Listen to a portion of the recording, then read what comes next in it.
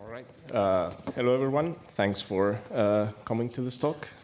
Today, we will be talking about virtual environments. First, disclaimer before I begin with the talk, I will be specifically talking about Unix-style virtual environments. Of course, this also exists in Windows, but the mechanism is a bit different. So you can use more or less the same mental model or abstraction to think about virtual environments on any operating system. It still holds. However, the way that the kind of Windows systems achieve the same result is a bit different. There are some reasons for this. For example, the pathing in Windows works differently with backslashes instead of forward slashes. Things like symlinks are not or were not all that well supported until relatively recently, I think, before Windows 8, stuff like that. So there are a couple of workarounds and different mechanisms to achieve the same end result. Virtual environments work all the same, but the way that we get there, which is part of what we're going to be seeing today, doesn't operate exactly the same. So I will not be talking about those. If you're interested in it, I suggest you take a look at it. It's interesting. It's a bit more involved, but it's still pretty nice. I also suggest you use a better operating system if possible.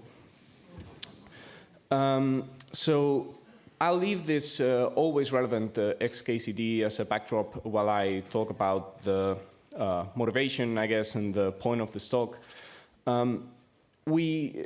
So the Python, I guess, ecosystem is very large, and Python has a wide range of applications. We have people in data science using Python. We have web developers. That's me, for example. We also have embedded developers. So the scope of Python is very wide. Yet we all, in some shape or form, use virtual environments. Yet I don't think many of us have really needed to go into them to learn how they actually work. We kind of work with the abstraction, which is good enough. We know what they do, and we know that they work, so that's probably good enough. However, I was interested in how these things actually operate from the inside, like what is a virtual environment made of? How does the sausage get made, so to speak? So that's actually what I'm going to be covering. So we're going to see first, what's inside of a virtual environment, what are the different folders, files that are inside there, both for the CPython module, so the one that comes bundled with the Python distribution, the venv module.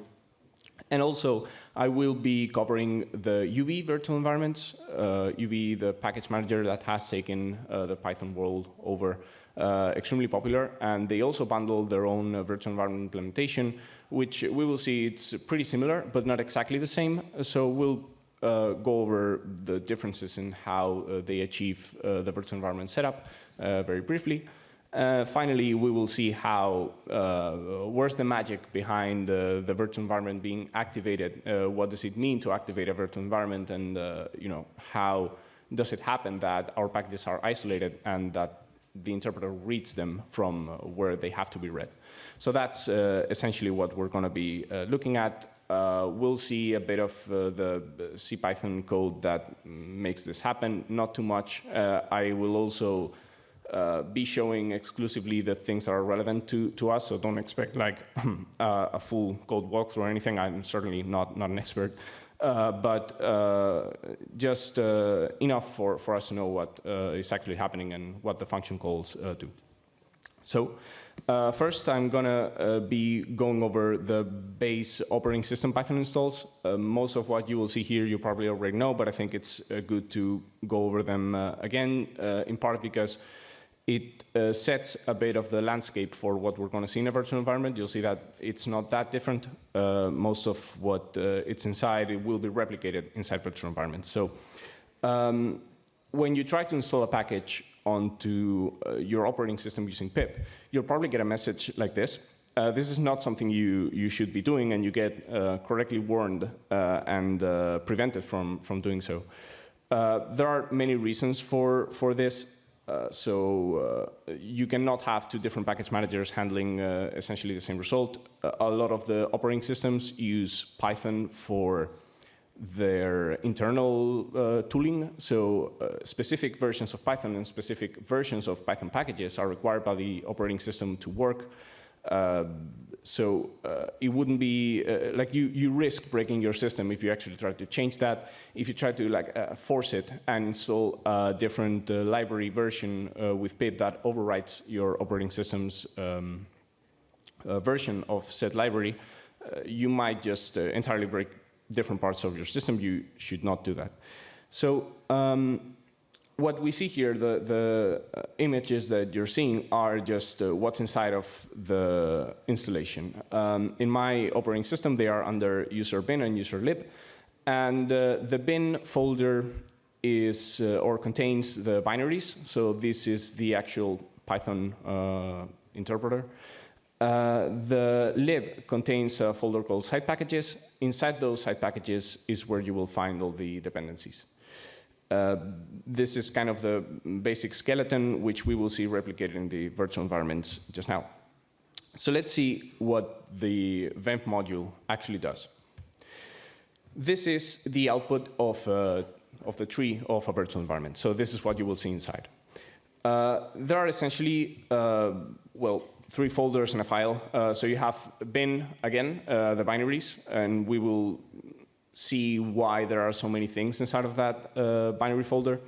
There's the include folder, the site packages again, and a pyvenv.config configuration file. So we'll go over each one of these now. We'll see what they do. First, we're going to start with the site packages. So this contains all of the virtual environment related dependencies. One thing that you will find interesting maybe is that even if you don't have any package installed, you will see pip being there. So Python comes bundled with pip. Every Python distribution that you will get, doesn't really matter from where, bundles this tool called ensure pip, which is basically a bootstrapper for pip. The reason is that you might run into a bit of a chicken and egg problem if you don't have this. You need to install packages, but you don't have the package that install the packages. So the way that this is solved is that the Python distributions bundle pip. And one of the steps of creating a virtual environment is actually installing pip in the first place inside of the site packages. In lower versions of Python, you also have setup tools. That doesn't happen since 3.12. And apart from that, when you install new things, when you do pip install whatever, you will have all of these different dependencies being put into your site packages folder. So nothing too mysterious here. The bin folder, so the binaries folder, contains a bit more stuff. So you have on one hand the Python binaries. And if you notice right there below, you'll see that there are a bunch of arrows. Those are symlinks. And what's happening here is that Python and Python 3 and Python 3.12 are being in turn symlinked to one another. You can think of this as basically file system pointers for a mental model. And in turn, they end up going to what we saw before, the user bin Python 3.12. So the first interesting thing here is that when you're running Python inside a virtual environment, you're actually running your operating system's Python distribution. So you're not running a different version of Python, and nothing is happening in between. So the Python that gets run inside the venv is just a link to your OS Python by default.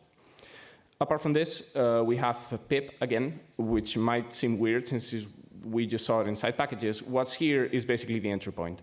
So this pip script just links to the code in the side packages, and that's why when you activate the virtual environment, you can do pip install. So this later gets added to your path. We'll see it. And this gives you access to the pip utility. The same kind of reasoning happens for the rest of the utilities. So you'll notice that there's HTTPX there. That's an HTTP client. And it feels, or you might think it's kind of weird to have this as a binary in your executables folder. What happens is that command line utilities also will include different entry points for their packages inside of this main folder. So if you install a package that has a command line utility, it needs to be put here so that your terminal session has access to those entry points and that you can run the code that's in the side packages directly from here. So you'll find that a lot of libraries do this, and it's also common to find these type of entry points here. Lately, we have the activation scripts. So these are, so when you activate a virtual environment, you're actually running these different scripts, and you see that there are different scripts for different shells. So you have fish, you have PowerShell, you have Bash. They do the same thing. They are just in different languages for the shell scripting language that you are using at that moment. And we will see what happens inside of those activation scripts a bit later. Finally, we have include, which is not all that interesting nowadays. The pyvenv.config is a bit more interesting. So this is a file that, this is the complete output of a sample pyvenv.config file. And you'll see that there's not much in there. It's mostly metadata. So it contains the version of Python, the command used to install the virtual environment. And interestingly, there's an include system side packages Boolean there. So you can actually make it so that you override the virtual environment in a way, and that you break the isolation. You can actually tell, by modifying this file, you can tell the interpreter to search for the side packages of your OS distribution on top of the ones that you have in your virtual environment. I don't think you should do this. It's kind of an escape hatch for, I guess, very specific use cases, and you generally shouldn't touch this. It kind of breaks the entire purpose of virtual environments in the first place, but it's an option and it's there. All right. So we're going to see now what happens when you create a virtual environment. Like, what does it mean when you actually run the command and this venv folder gets created? What is actually happening underneath? Well, not much, apart from the actual setup of the folders. So this is where you can find the module, let's say, steps in CPython. There's a create function, which very descriptively is commented as creating a virtual environment in a directory. That's exactly what it does. And what you see below is kind of a snippet of the most important operations. The create function does, or has more lines of code than this, but you can, this very much works for our purposes and in order to understand what goes on. You'll see throughout all of these module code, you'll see a lot of escape hatches and if branches specific to Windows, which again, I'm not necessarily going to cover here. But these are kind of the important operations that are going on and that make the creation happen. So first off, you see that the system side packages get set to false by default. And then we have three functions. We have create configuration, setup Python, and setup pip. Setup pip essentially does call ensure pip and makes it so that we have the pip folder inside of the side packages, or bootstraps the pip like we saw before when you create a virtual environment. Importantly, this does not access the internet, so pip doesn't really get downloaded.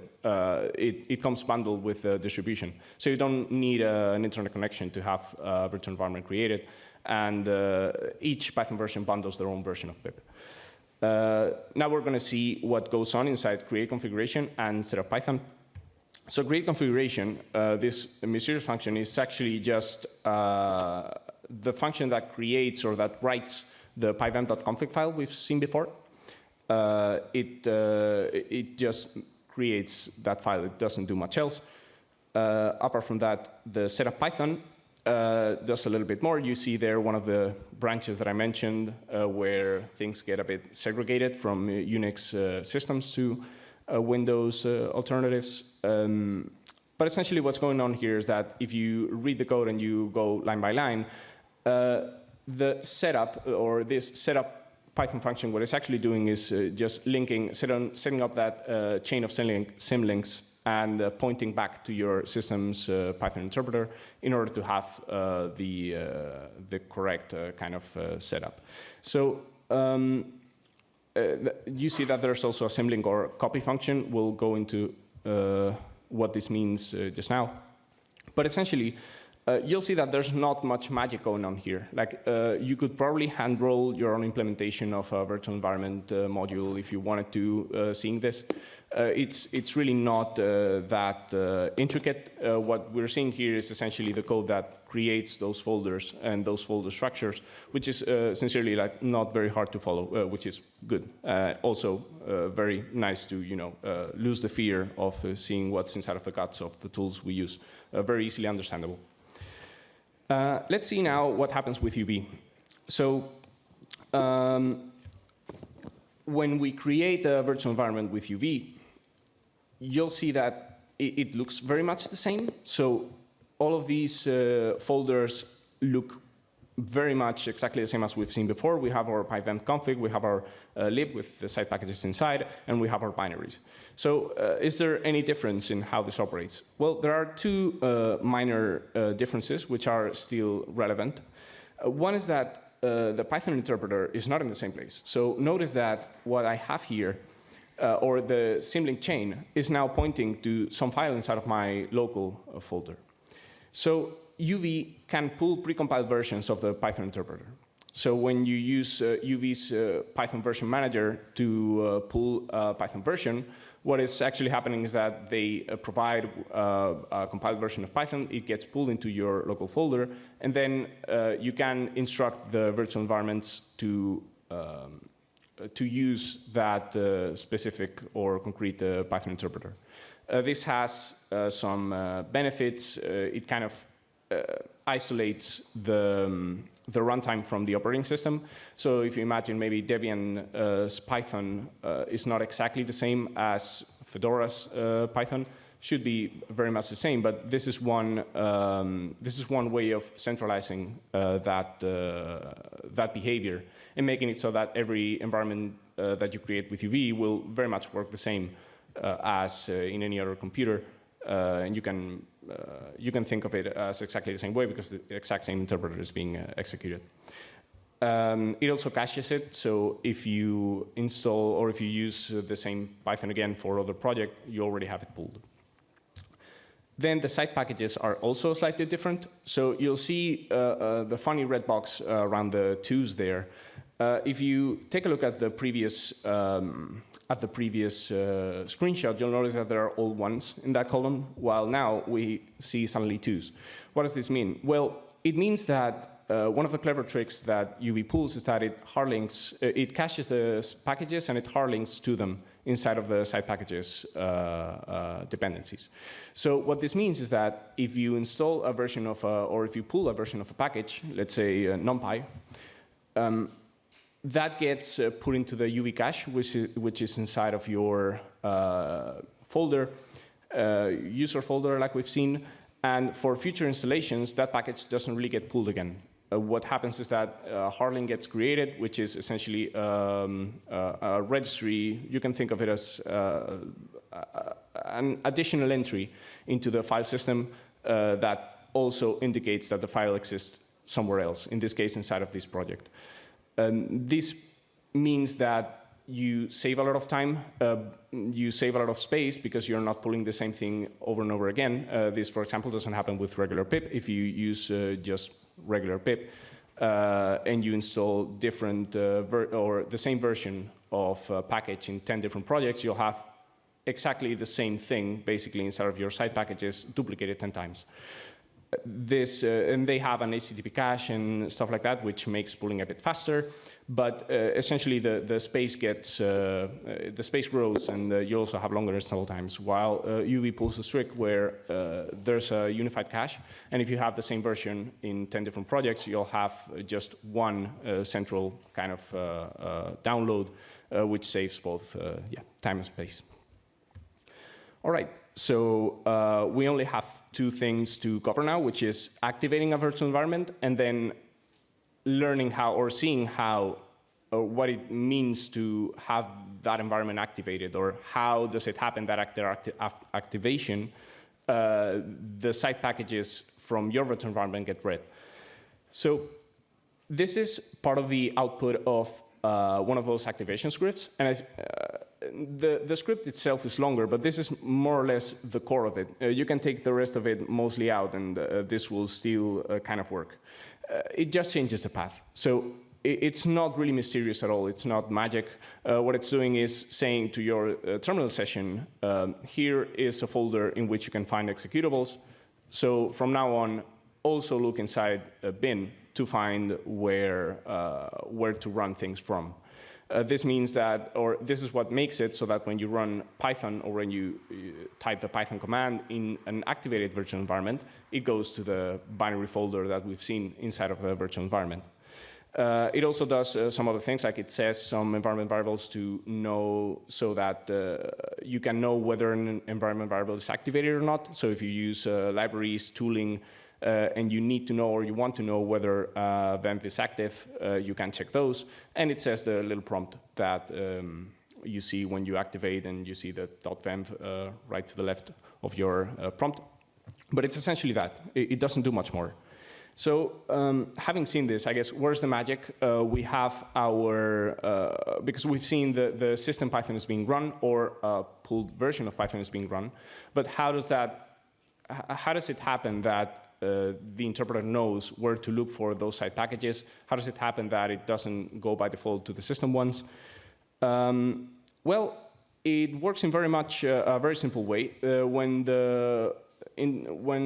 Python starts, it knows where it's being run from, grabs the interpreter's path, which will be the virtual environment symlink, importantly. So it's not it doesn't get the actual end result of it. It just gets the pointer. And in SciPy inside of CPython, you can see that it explains in very much plain text what is actually happening. And it's just a relative path. So when you have the entire, when there's the entire path of the symlinked interpreter, the Python reads and says, OK, I'm going to go one folder up, and I'm going to check whether I have a pyvenv.config. Which is the file that we saw before, which includes things like use system side packages. And if it exists, it just goes right into the side packages of that folder to grab from those, and it skips by default the system ones.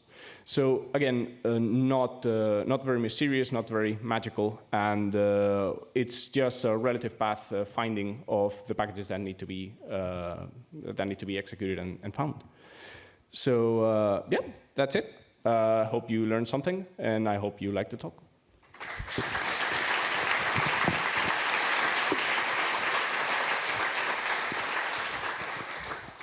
Thank you, Daniel. So we have a question and answer session. So if anyone have question, please raise your hand. So do you have any questions?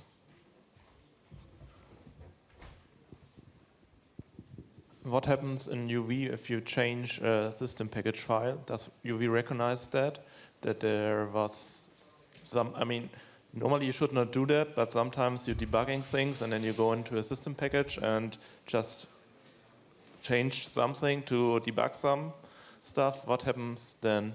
Does UV recognize that and rewrites it? Do you know that? I actually don't know. I haven't been malicious enough to try. But that's a good question, because well, on one hand, UV can use, and in fact, I think by default does use the system Python. So if you don't pull the Python distribution, it does work in very much the same way as a default venv. But it is true that when you pull a different Python, I guess there's no, there isn't that link, you could say, to the actual system side packages. So I haven't tried. My guess is that it wouldn't work. And I don't think they will do too much magic to prevent that from just not working, because it breaks isolation. But sincerely, I haven't tried. It hasn't occurred to me. Yeah.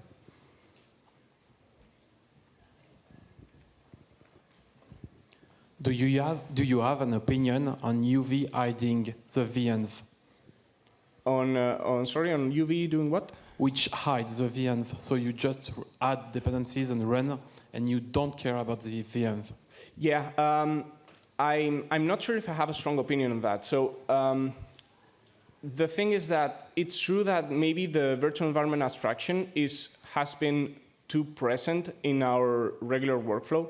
So for example, in JavaScript, when you do npm install whatever, you'll have your node modules local to the folder you're installing in. So the concept of a virtual environment doesn't really exist because it doesn't need to exist. The virtual environment exists because we sort of by the way Python works, we kind of need to create this new abstraction to help us isolate packages.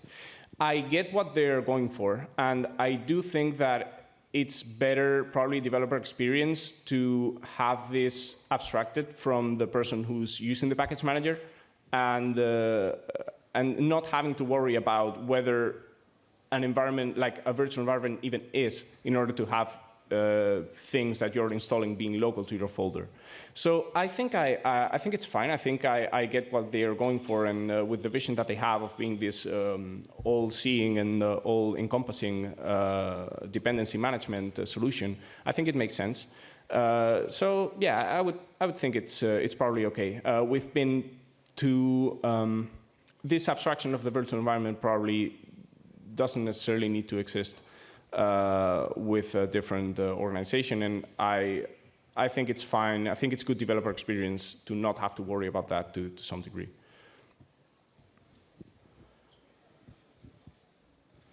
I remember when I started using virtual environments that when I first time changed the directory of the name of the project, the virtual environment just broke, and it was pretty funny because I didn't know like what was happening or why it was happening.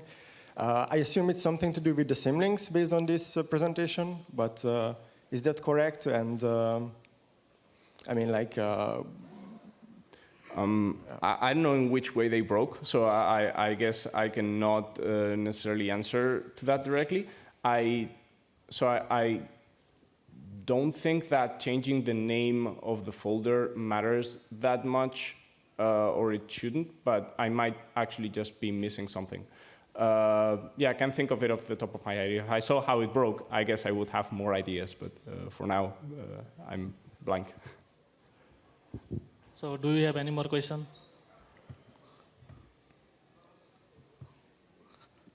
So I think that's it. All right. Okay. So let's thank Daniel for this wonderful talk.